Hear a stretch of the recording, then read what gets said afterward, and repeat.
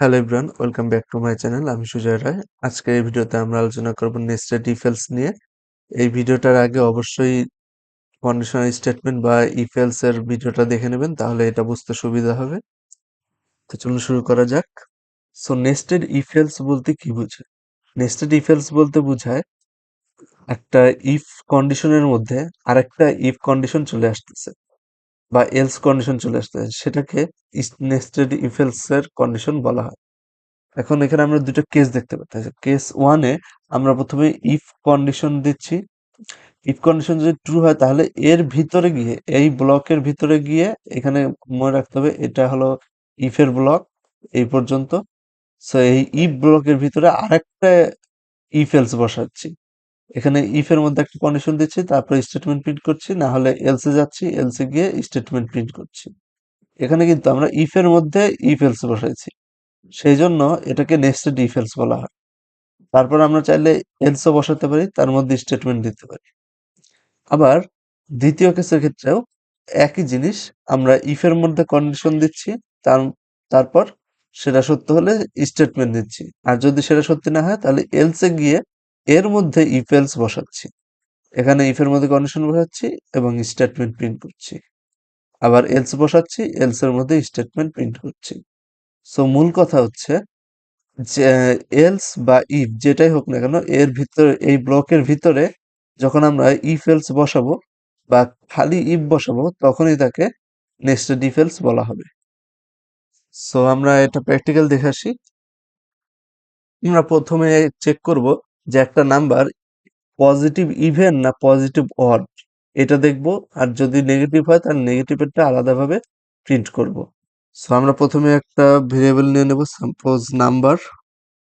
Number equals to input নেব user কাছ থেকে, সেজন্য ইন্টিজার ইনপুট নিচ্ছি। Integer input, enter the number দিয়ে দিচ্ছি। Enter the number and then আমরা ইফ কন্ডিশন দিচ্ছি। ইফ যদি নাম্বারটা গ্রেটার দেন 0 হয় তাহলে তো পজিটিভ হবে, রাইট? তো আমরা পজিটিভ কন্ডিশনটা দেখলাম। এর ভিতরে আমরা এন্টার প্রেস করলেই একটা ব্লক আসবে, সেটা হচ্ছে ই ব্লক। এই যে এই পুরোটা হচ্ছে ই ব্লক। এই ব্লকের মধ্যে আমরা যা লিখবো তাই নেস্টেড ইফ এর মধ্যে কাউন্ট হবে। সো আমরা এখানে লিখতে পারি আরেকটা ইফ। ইফ কন্ডিশনটা দিচ্ছি যে নাম্বারটা যদি মডুলাস করলে, 2 দ্বারা মডুলাস করলে ইকুয়ালস টু 0 হয়, বা ভাগশেষ বা রিমাইন্ডার যদি 0 হয়, তাহলে আমরা লিখতে পারি print even positive. Even positive positive আর এই কন্ডিশন যদি স্যাটিসফাই না করে তাহলে আমরা লিখতে পারি এলস। এলস এলসে গিয়ে লিখতে পারি odd number, positive odd, print positive odd, positive odd. আর এই দুটার একটাও সত্যি না হলে আমরা এলসে গিয়ে লিখতে পারি, এই বাইরের এলসে এসে লিখতে পারি প্রিন্ট নেগেটিভ নেগেটিভ। সো এখানে কি হচ্ছে, আমরা প্রথমে নাম্বার নিচ্ছি, নাম্বারটা 0 থেকে বড় কিনা দেখছি। হ্যাঁ, 0 থেকে বড়, তাহলে আমরা এই ইফ ব্লকের মধ্যে কাজ করছি। ইফ ব্লকটা মূলত এই যে আমার এই মাউসের বারটা যেটা আছে, এখান থেকে শুরু করে এই এলস এর আগ পর্যন্ত, এইখানে এই পর্যন্ত শেষ হচ্ছে। এই ব্লকের মধ্যে আমরা যে ইফ কন্ডিশন গুলো লিখবো সেটাই নেস্টেড ইফ হিসেবে কাউন্ট হবে। সো আমরা নাম্বারটাকে আবার চেক করছি যে নাম্বারটা ইভেন কিনা। ইভেন হলে 2 দ্বারা মডুলাস করলে 0 হবে রিমাইন্ডার।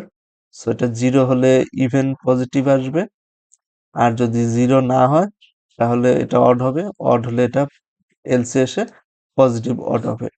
আর যদি দুটোর একটাও না হয় তাহলে এই কন্ডিশনটা ফলস হবে, অর্থাৎ নাম্বার 0 থেকে বড় না, 0 থেকে ছোট, তাহলে এটা আমাদের চলে আসবে নেগেটিভ। আমরা চাইলে আরেকটু ক্লিয়ার করে দিতে পারি এখানে ইকুয়ালস টু দিলে, যে 0 যদি হয় তাহলে 0 যেন এর মধ্যে কাউন্ট হয়ে যায়।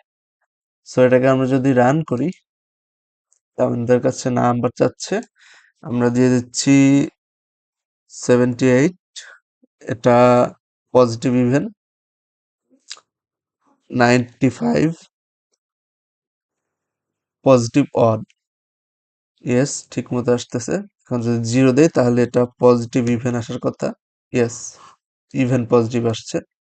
এখন যদি আমরা একটা নেগেটিভ নাম্বার দেই, সাপোজ নাম্বার 6, তাহলে এটা নেগেটিভ আসার কথা। ইয়েস, নেগেটিভ আসছে। এখন আমরা চাইলে এই পুরো ব্লকটাকে আমরা এখান থেকে কাট করে এলসে দিয়ে দিতে পারতাম,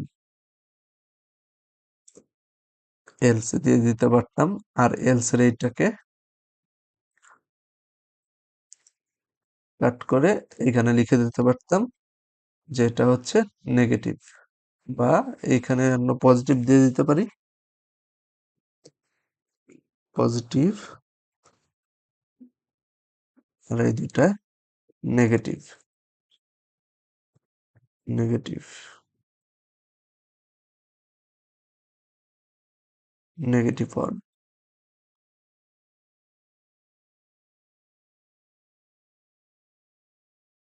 সো এটার ক্ষেত্রেও একই জিনিস, নাম্বারটা দিচ্ছি, নাম্বারটা ইনপুটের কাছ থেকে নেওয়ার পর আমরা চেক করছি যে নাম্বারটা কি 0 থেকে বড় বা সমান কিনা।